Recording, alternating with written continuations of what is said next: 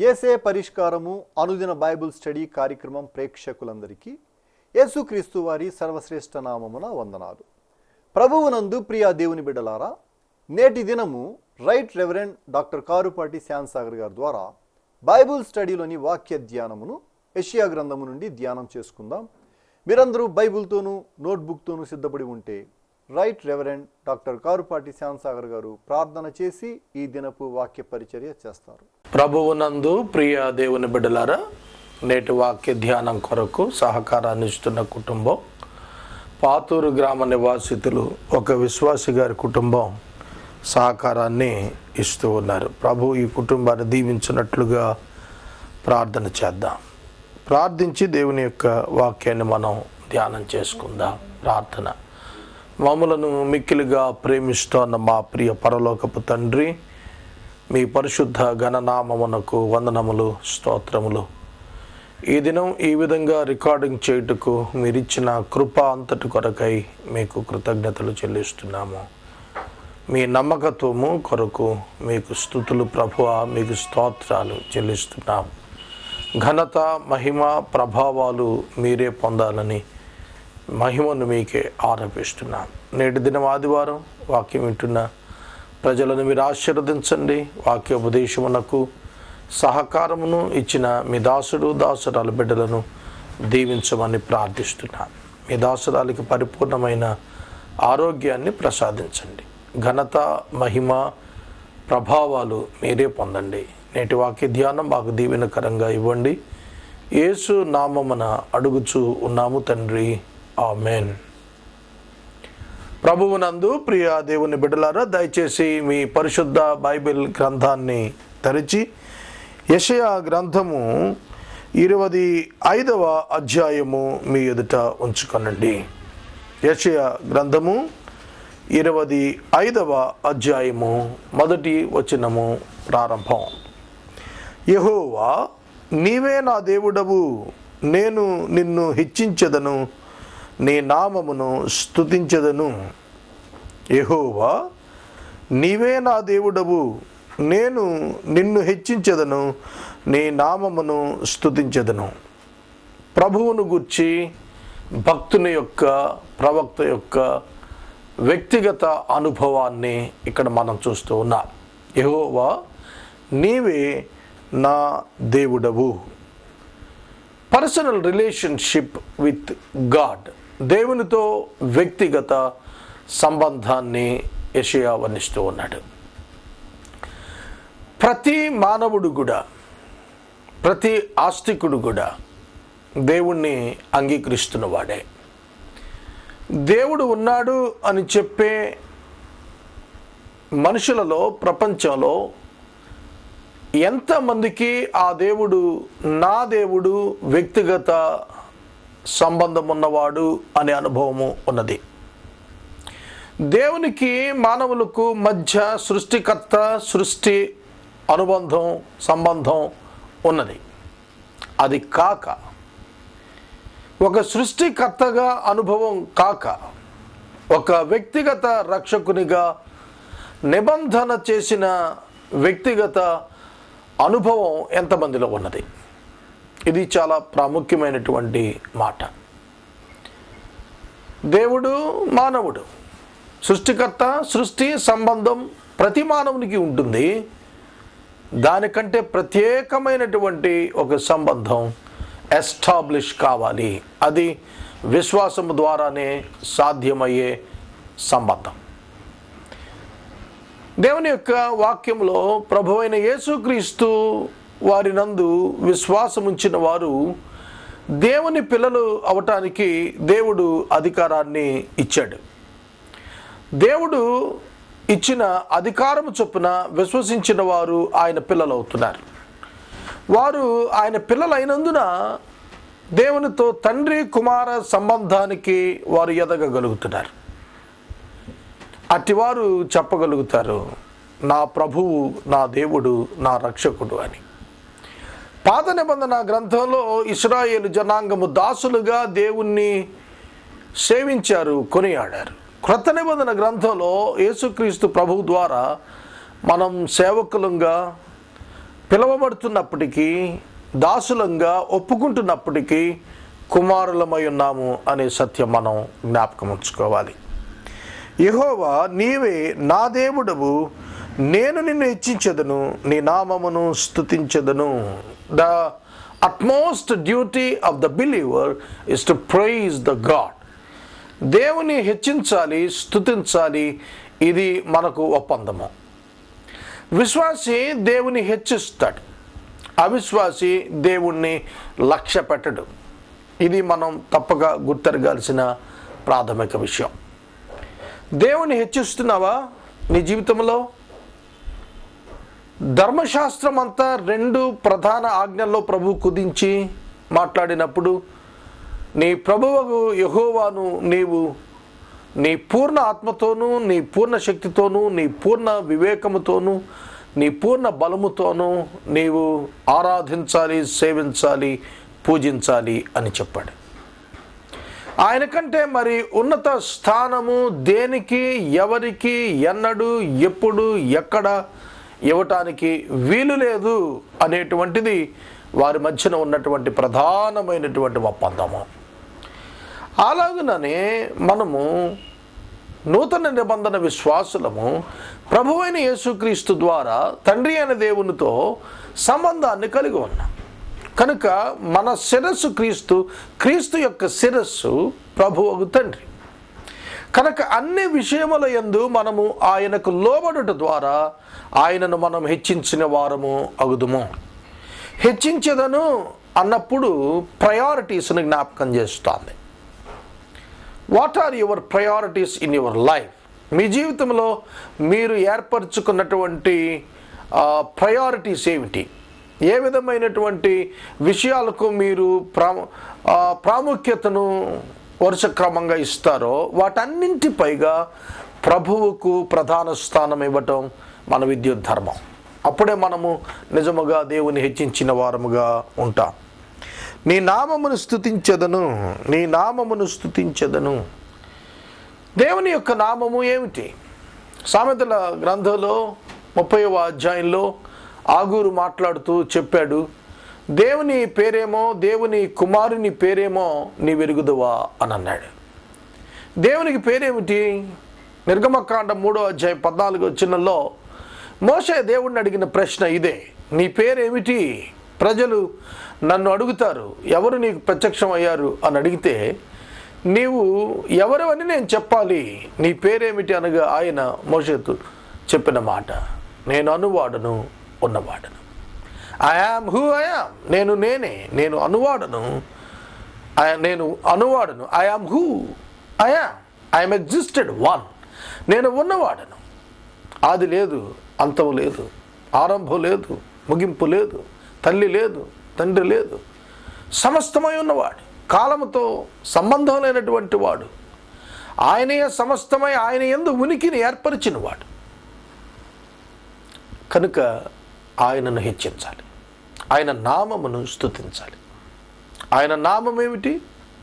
తండ్రి యొక్కయు, కుమారుని యొక్కయు, పరిశుద్ధాత్మ దేవుని యొక్కయు నామములోనికి బాప్తిస్మము ఇచ్చుచు నేను మీకు ఏ ఏ సంగతులను ఆజ్ఞాపించుతునో వాటిని గైకొనమని వారికి ఆజ్ఞాపించుడి అని యేసుక్రీస్తు ప్రభువారు ఆయన ఆరోహణమవుతూ శిష్యులకు ఇచ్చిన గ్రేట్ కమాండ్మెంట్, గ్రేట్ కమిషన్. ఆ సందర్భంలో పేతురు పరిశుద్ధాత్మ చేత నింపబడిన వాడై పెంతెకొస్తు దినాన యెరూషలేము పట్టణములో ఆయన ఆ నామాన్ని బయలుపరిచాడు. ఆ నామము ప్రభు అయిన యేసునామము. తండ్రి, కుమార, పరిశుద్ధాత్మల యొక్క నామములోనికి అన్నప్పుడు యేసు అను నామములోనికి. మత్తయి సువార్త 1:21 వచనంలో యోసేపు నిద్రలో ఉండగా దర్శనం వచ్చింది. మరియ భర్త చెబుతున్నాడు దేవదూత, ఆయన తన ప్రజలను వారి పాపముల నుండి తానే విడిపించును, కనుక ఆయనకు యేసు అని పేరు పెట్టుదురు. The name of the god is saviour. The name of the god is saviour. రక్షకుడు. దేవుని పేరేమిటంటే రక్షకుడు. ఆయన సృష్టికర్త, ఆయన రక్షకుడు. సృష్టించిన వాడు ఆయనే. సృష్టించినప్పుడు దేవుడు మానవునికి ఆయన స్వరూపం, స్వభావం ఇచ్చాడు. ఆ స్వరూపము, పోలిక పొందిన మానవుడు పాపం చేసినందున మరలా రక్షకుడిగా వచ్చాడు. God introduced him to the humanity as the Savior, Jesus Christ, యేసుక్రీస్తు. పరిశుద్ధ బైబిల్ గ్రంథం అంతా కూడాను యేసుక్రీస్తుని గురించే వ్రాయబడింది.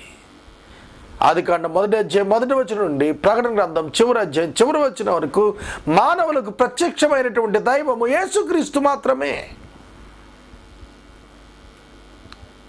యేసుక్రీస్తు మాత్రమే. ఈ సత్యం మనం గుర్తిరిగినప్పుడు ఆయన నామమైన యేసును స్తుతించగలుగుతాం. ప్రకటన గ్రంథంలో చాలా తేటగా వివరణ ఇచ్చాడు. యేసుక్రీస్తు ప్రభు, ఆయన నిరంతరం ఉన్నవాడు, ఆయన ఆరాధనకు, పూజకు అర్హుడు అని రాస్తున్నాడు. పూజనీయుడు. కీర్తనకారుడు చెప్పాడు ఆయన ఒక్కడే పూజనీయుడు. కనుక మనం ఎన్నడూ ఎవరిని ఏ విధముగా ఆరాధించరాదు. ప్రభు అయిన యేసుక్రీస్తును ఆరాధించవలెను.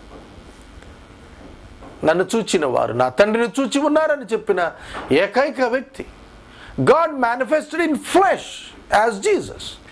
యేసుక్రీస్తుగా దేవుడు ఈ లోకంలో ప్రత్యక్షమయ్యాడు. కొలసీ పత్రిక చెబుతోంది, ప్రభు అయిన యేసుక్రీస్తు వారి యొక్క శరీరమునందు దేవుని యొక్క సంపూర్ణత నివసించింది. The completeness of god indwell in Jesus Christ.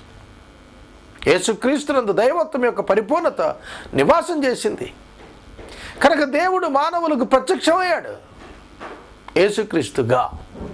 కనుక ఆయన నామమును స్తుతించెదను.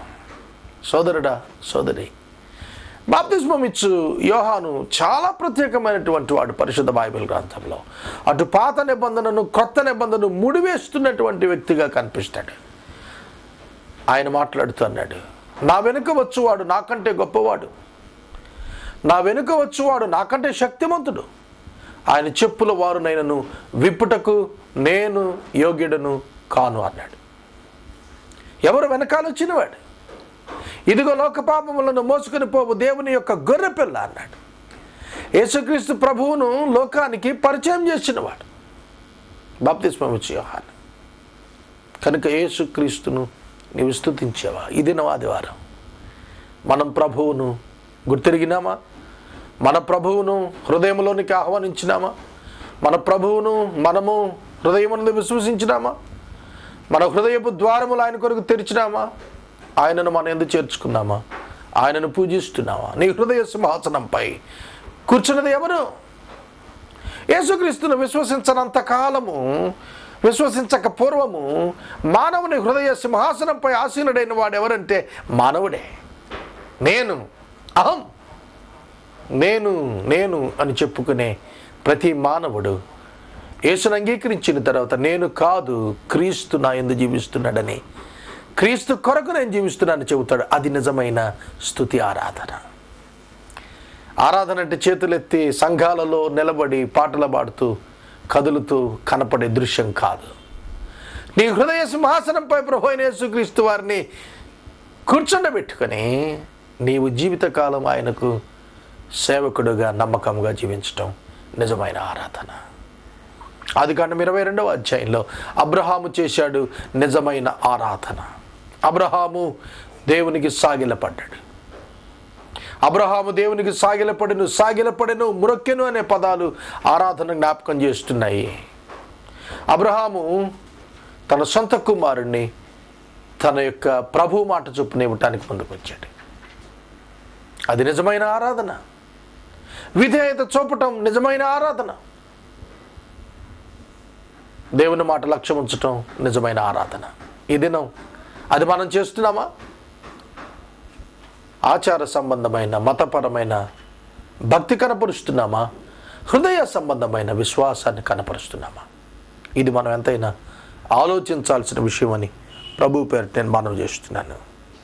2వ వచనం, నీవు అద్భుతములు చేసితివి, సత్య స్వభావమును అనుసరించి నీవు పూర్వకాలమును చేసిన ఆలోచనలు నెరవేర్చితివి. It's wonderful thing. నీవు అద్భుతములను చేసితివి. ఏమిటి అద్భుతాలు? దేవుడు చేసిన అద్భుతం ఏమిటి? కన్యక గర్భవతి అయి కుమారుని కనును, ఆయనకి ఇమ్మానుయేలు అని పేరు పెట్టబడును.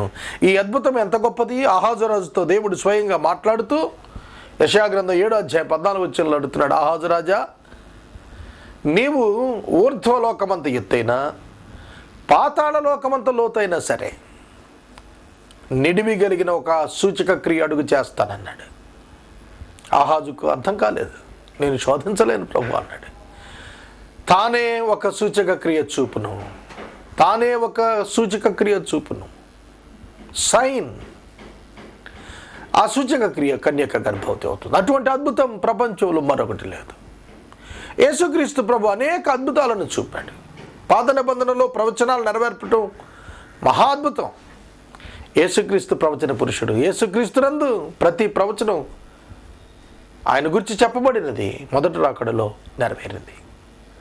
రెండవ రాకడ కొరకు ఆయన నిమిత్తం చెప్పబడిన అద్భుత ప్రవచనాలు నెరవేర్చబడవలసి ఉన్నది. తప్పక నెరవేర్తాయి కూడా. అద్భుతములు చేసేటివి అన్ని అద్భుతాలు. యేసు ప్రభు చేసిన అద్భుతాలు సృష్టిలో ఇక ఏ మానవుడు ఎక్కడ చేసి ఉండడు. వాటిని గురించి వివరించి రాసేదన భూలోకమే చాలదు అన్నాడు యోహాను తన సువార్తలో చివరి పదాల్లో. కనుక నీవు అద్భుతాలు చేశావు సత్య స్వభావం అనుసరించి. దేవుని యొక్క అద్భుతాలు వెనకాల ఆయన క్యారెక్టర్ ఉంది. సత్య స్వభావము, సత్య స్వభావం ఉన్నది. ఆయన క్యారెక్టర్ ఏమిటి? సత్యము. పిలాతుతో ఆయన చెప్పాడు, నీవెవరు అన్నప్పుడు, నేను సత్యమును గురించి సాక్ష్యం ఇవ్వటానికి వచ్చాను అన్నాడు. To witness the truth. Then what is truth? He himself is truth. ఆయనే సత్యము. ఆయన సత్యాన్ని లోకానికి కనపరచడానికి వచ్చాడు. సత్యము అనే పదానికి మనకు తెలిసిన అర్థం అబద్ధం చెప్పకపోవటం కాదు. సత్యము అనగా వాస్తవము.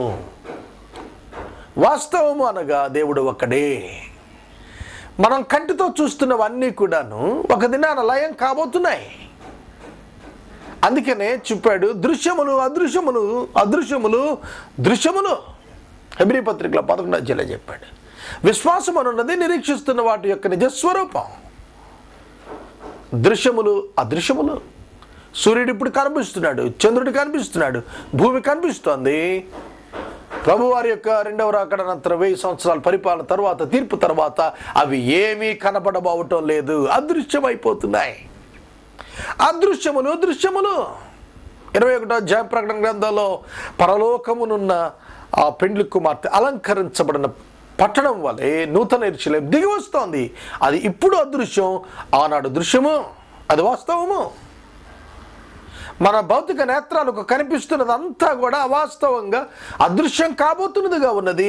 మన భౌతిక నేత్రాలకు కనపడనటువంటి వాస్తవం ఉన్నదే అది దృశ్యములోనికి రాబోతోంది. అదే విశ్వాసము. విశ్వసించిన వాడే దీనిని గ్రహించగలుగుతాడు. రక్షించబడిన వాడే దీన్ని గ్రహించగలుగుతాడు. అందుకే అంటాడు, నీవు సత్య స్వభావమును అనుసరించి పూర్వకాలమును చెప్పినది నీవు నెరవేర్చితివి. God will complete the things whatever he said. ఏవైతే ఆయన మానవులకు చెప్పి ఉన్నాడో వాటిని నెరవేర్చి తీరుతాడు. ఇది సృష్టి ప్రారంభం నుండి కూడా దేవుడు సెలవిస్తున్నటువంటి మాటలుగా మనం అర్థం చేసుకోవాలి. సత్య స్వభావాన్ని అనుసరించి ఆయన అద్భుతాలు చేశాడు. యేసుక్రీస్తు ప్రభు చేసిన అద్భుతాలు కొన్ని మీ ముందు చెబుతాను. ఆశ్చర్యం కలుగుతుంది. ఆయన చనిపోయిన వారిని తిరిగి లేపాడు. యేసుక్రీస్తు ప్రభువు చనిపోయిన వారిని తిరిగి లేపాడు. లాజరు చనిపోయాడు, సమాధిలో పెట్టబడ్డాడు. 3 దినాల తరువాత ప్రభువు బేతనీకి వెళ్ళారు. రాయి తొలగింపజేసి లాజరును సజీవునిగా చేసి బయటకు తీసుకొచ్చారు. యాయిరు కుమార్తె చనిపోయింది. బంధువులంతా ఏడుస్తున్నారు. ప్రభు ఆ ఇంటికి వెళ్ళారు. ఆమెను బ్రతికించి తండ్రికి అప్పగించారు. నాయన గ్రామ విధవరాలు శవం వెంబడి పాడె వెంబడి పరిగెత్తుకొస్తోంది, రోధిస్తోంది. ప్రభు కనికరపడి పాడెను ముట్టి ఆ చిన్నవాడిని లేపారు. ఇలాగన యేసుక్రీస్తు ప్రభు అనేక మంది చనిపోయిన వారిని లేపారు. మరి తన తండ్రి యోసేపు, మరియ తల్లి యొక్క భర్తగా ఉన్న యోసేపు చనిపోయినప్పుడు ఎందుకు లేపలేదు? అర్థమవుతుందా? సత్య స్వభావము. ఆయన అద్భుతముల వెనుక సత్య స్వభావము, ఆయన క్యారెక్టర్ రిఫ్లెక్ట్ అవుతోంది. ఆయన ఆకలిగొన్నాడు, కంకులు తెంపుకొని తిన్నాడు తప్ప ఎన్నడూను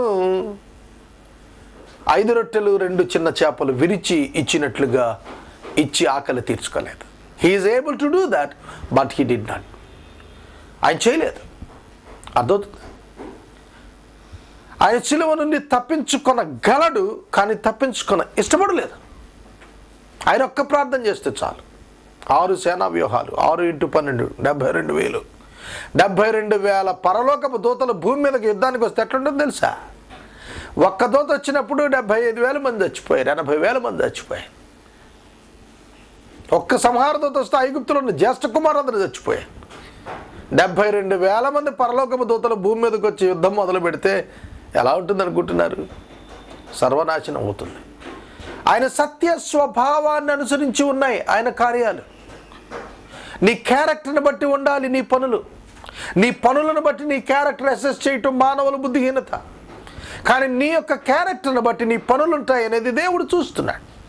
your choices reflects your character. కనుక నీవు రక్షించబడి క్రీస్తు స్వభావంలోనికి వచ్చినప్పుడు నీ జీవితంలో జరిగే ఆ మహా అద్భుతం ఏమిటంటే నీ అంతరంగంలో పెను మార్పు. This is the greatest wonder on the earth. ఒక మానవుడు మార్పు చెందటం ఉందే, అది మహా అద్భుతం. మహా అద్భుతం. అంతకు మించిన అద్భుతం మరొకటి లేదు. నేను ఏ అద్భుతాన్ని నేను ఆశించలేదు. 25 సంవత్సరాల పరిచర్యలో ఎటువంటి అద్భుతాలు చేయాలని ఆశించలేదు, స్వీకరించాలని ఆశించలేదు. ఒకే ఒక అద్భుతం నేను చూడాలనుకున్నది ఏమిటంటే transformation in my mind and heart. నా జీవితంలో నా మనస్సున రూపాంతరము, మనసు మారి రావాలి అనేది నేను కోరుకున్న సత్యము. ప్రియ సహోదరుడా, సహోదరి, మారు మనసు అత్యవసరం. We need to repent. మారు మనసు ఈ లోకంలో మనం కలిగి జీవించకపోతే లోకానికి యేసుక్రీస్తు ప్రభువును చూపలేం. యేసుక్రీస్తు ప్రభువును పరిచయం చేయడానికి బోధ కాదు కావాల్సింది, మారు మనసు. నీ బోధ కంటే నీ మారు మనసు ప్రాముఖ్యం. నీ క్యారెక్టర్ చాలా important. People looks at your character, not at your works. నీ పనుల వైపు కాదు ప్రజలు చూచేది, నీ వ్యక్తిత్వం వైపు చూస్తారు. ఇది నువ్వు గుర్తుపెట్టుకోవాలి. ఎన్నో మంచి పనులు చేసి వ్యక్తిత్వం లేనివాడు ఏమి సాక్ష్యం చెబుతాడు? దేవుడు మనం కోరుతోంది ఆయన స్వభావము, స్వరూపము, పోలిక కలిగిన వారముగా జీవించాలని. The ultimate plan of God towards human beings is to bring the people into the shape of Jesus Christ. యేసుక్రీస్తు యొక్క పోలికలోనికి మనలను తీసుకుని రావటమే దేవుని యొక్క ప్రధానమైనటువంటి అంతిమ గురి అయి ఉన్నది. అందుకొరకే పరిశుద్ధాత్మ దేవుడు నీ యందు నివసిస్తూ పనిచేస్తున్నాడు. ఈ సత్యాన్ని నీవు గుర్తెరగాలని ప్రభు పేట నేను మనవి చేస్తున్నాను. ప్రభువా, నేను నిన్ను హెచ్చిస్తాను, నువ్వు నా దేవుడవు, నీ నామాన్ని స్తుతిస్తాను. నువ్వు అద్భుతాలు చేశావు, దానికి కారణం నీ స్వభావం, సత్య స్వభావం. నువ్వు చేసిన ఆలోచనలు నెరవేర్చితివి. God fulfilled all his works, all his promises. అన్నీ నెరవేర్చితివి. వండర్ఫుల్. నేను పుట్టుట ఆ ప్రభువుకు తెలుసు, నేను చనిపోవుట ఆ ప్రభువుకు తెలుసు. ఆ మధ్య కాలంలో నేనేమి చేయనై ఉన్నానో ప్రభువుకు తెలుసు. ఇర్మియా భక్తుడు చాలా తేటగా చెప్పాడు. ఇర్మియాతో ప్రభు చెబుతున్నాడు, తల్లి గర్భములో నీవు రూపొందించబడక మునిపే నీ యొక్క శరీరమును, నీ జీవితమును, నీ భవిష్యత్తును, నీ యొక్క లైఫ్ అంతటిని నా కన్నులు చూచాయన్నాడు మొదటి అధ్యాయంలో. 139వ సంకీర్తనలో కీర్తనాకారుడు అన్నాడు, దేవా, నేను రవ్వంతైనా రూపొందించబడక మునిపే నా తల్లి గర్భంలో, నా ఎముకలు ఇంకా ఏర్పడక మునిపే, నా దినములు ఒకటైన గడవక మునిపే నీ కనులు నన్ను చూశాయి. నా దినములన్నీ నీ గ్రంథములో లిఖితములాయాయి. నా దినములన్నీ వండర్ఫుల్ స్టేట్మెంట్. నా దినాలన్నీ కూడా నీ గ్రంథంలో లిఖితములైపోయాయి. Until my last day, before I come into this world, until my last day was registered in your book. నీ గ్రంథంలో నా చివరి దినం అన్నది దేవునికి స్తోత్రం. నీ జననమే కాదు, నీ మరణం ఎరిగిన దేవుడు. నీ నిమిత్తము దేవుడు తాను ఏర్పరచాలనుకున్నటువంటి ఆ యొక్క ప్రత్యేకమైనటువంటి క్రియలన్నీ నెరవేర్చి తీరుతాడు. నేను ప్రార్థిస్తున్నాను, ప్రభువా నా పరిచర్య ఏమిటి, నా జీవితం ఏమిటి, నా ద్వారా నీవు అకంప్లిష్ చేయాలనుకున్నటువంటి ఆ కార్యములు ఏమిటో నేను గుర్తెరగను. వాటి నిమిత్తం నేను ప్రార్థిస్తున్నాను. యోహాను 17:4 ప్రభు చెప్పాడు, దేవా చేయుటకు నీవు నాకు ఇచ్చిన పని సంపూర్ణముగా చేసి భూమి మీద నేను నిన్ను మహిమపరిచితిని అన్నాడు. ప్రియ సహోదరుడా, సహోదరి, మన జీవితంలో కూడా దేవుని కార్యాలు మనం సంపూర్తి చేయవలసి ఉన్నది. హెబ్రీ పత్రికలో చెబుతున్నాడు, విశ్వాసి తన కార్యములను సంపూర్తి చేసి విశ్రమిస్తాడు. నేను చేయవలసిన పని చేయించి దేవుడు తన సన్నిధికి తీసుకుంటాడని నాకు తెలుసును. నీ జీవితం అంతే, మన జీవితాలు అంతే. మన జీవితాల పట్ల దేవుని యొక్క ప్రణాళికను దేవుడు నెరవేరుస్తాడు. నాట్ యూ, నీవు కాదు, గాడ్ హిమ్సెల్ఫ్, దేవుడు తనంతట తాను. ఈ రాత్రి వాక్యాన్ని నేను ముగిస్తున్నాను. వాక్యం వింటున్న సహోదరుడా, సహోదరి, it is the experience of Isaiah and it is the experience of my self. What is your experience with God today? ఈ దినం నీ అనుభవం ఏమిటని ప్రభువు పేరిట ప్రశ్నిస్తున్నాను. తర్వాత 2వ వచనం రేపటి వాక్య ధ్యానంలో ధ్యానిద్దాం. ఈనాటి వాక్య ధ్యానానికి సహకారం ఇచ్చిన కుటుంబము కామవరపుకోట ప్రాతుడి నివాసితుడు ఒక విశ్వాసి గారి కుటుంబం సహాయం చేస్తున్నారు. దేవుడు వారిని, వారి కుటుంబాన్ని దీవించును గాక. ఆమేన్. మనము ఇంతవరకు రైట్ రెవరెండ్ డాక్టర్ కారుపాటి శ్యామ్సాగర్ గారి ద్వారా బైబిల్ స్టడీలోని వాక్య ధ్యానమును యెషయా గ్రంథము నుండి ధ్యానం చేసుకున్నాం. ఈ కార్యక్రమం ద్వారా మీరు పొందుకొనుచున్న ఆత్మీయ మేలులు ఒక ఉత్తరం ద్వారా మాకు తెలియచేయండి. మీ ప్రార్థనా మనవులు మాకు తెలియచేస్తే ఏసే పరిష్కారం కార్యాలయంలో ఏర్పాటు చేసిన ప్రత్యేక ప్రార్థనా శిబిరంలో మీ కొరకు ప్రార్థిస్తాం. మీ కుటుంబ పక్షముగా ఒక ఎపిసోడ్ ప్రసారం చేయాలనుకునేవారు మాకు తెలియచేస్తే మా సిబ్బంది మీ గృహాలను దర్శిస్తారు. ముగింపు ప్రార్థన ఆశీర్వాదాలతో ఈ కార్యక్రమాన్ని ముగించుకుందాం. ప్రార్థించుకుందాం. మమ్మల్ని మిక్కిలిగా ప్రేమిస్తున్న మా ప్రియ తండ్రి, మీకు వందనాలు. బలహీనుడినైనా నన్ను బలపరిచి ఇచ్చిన వాక్యము కొరకు కృతజ్ఞతలు. నన్ను స్వస్థపరచమని ప్రార్థిస్తున్నాను. ప్రభు సమయంలో ప్రత్యేకంగా మీ సేవకుడు, సేవకురాలు, వారి బిడ్డలు వాక్య ప్రసారానికి సహకారం ఇచ్చారు. వారిని దీవించమని ప్రార్థిస్తున్నాం. మీ చేతులకు వారిని అప్పగిస్తున్నాం. మా ప్రేక్షకులు రక్షించబడాలి, మాలో మారు మనసు రావాలి. అట్టి కృప మాకెల్లరికి మన యేసు నామమున ప్రార్థిస్తున్నాము తండ్రి. ఆమేన్. తండ్రి అయిన దేవుని ప్రేమ, కుమారుడిని యేసయ్య కృప, పరిశుద్ధాత్మని యొక్క అన్యోన్య సహవాసం సదాకాలం మనందరికీ తోడై ఉండును గాక. ఆమేన్.